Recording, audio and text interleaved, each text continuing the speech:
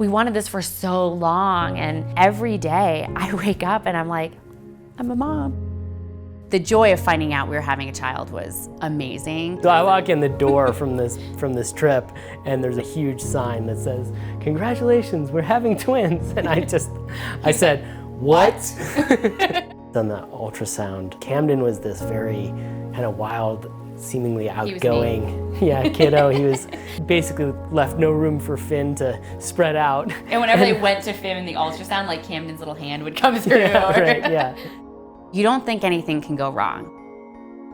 We had gone in for a fetal echo. They said, we're having trouble finding Camden's heartbeat. And we said, please, like, can we do an ultrasound? Just check. And like, I just kept thinking, like, if they do it, they'll find it. And that was a tough reality. That was a tough reality.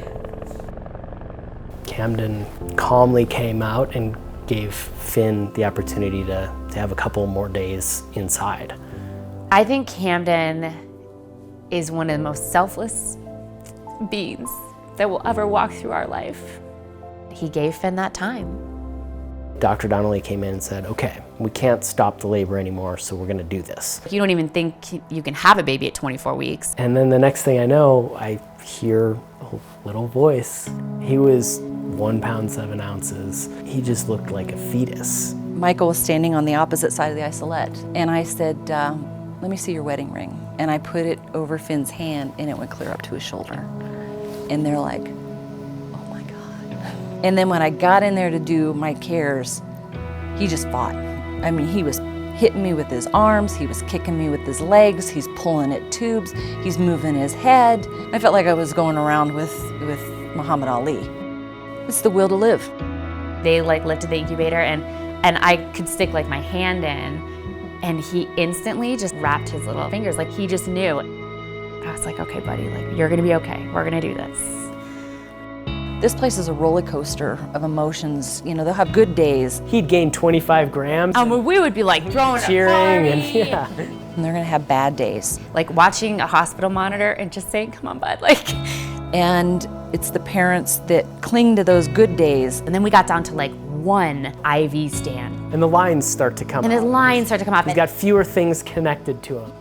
When we took him off of the vent, and I made these buttons to show support for him to fly off of the vent. You stand there and you wait for that first cry, and as soon as it comes, you take a breath too.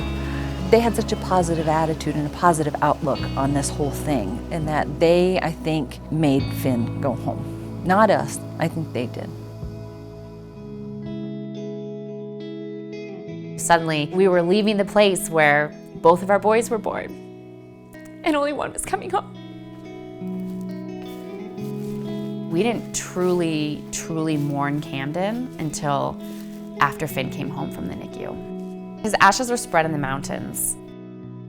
Every tree, you know, the snow on the ground. It's almost like Finn knows that his brother's a part of that too.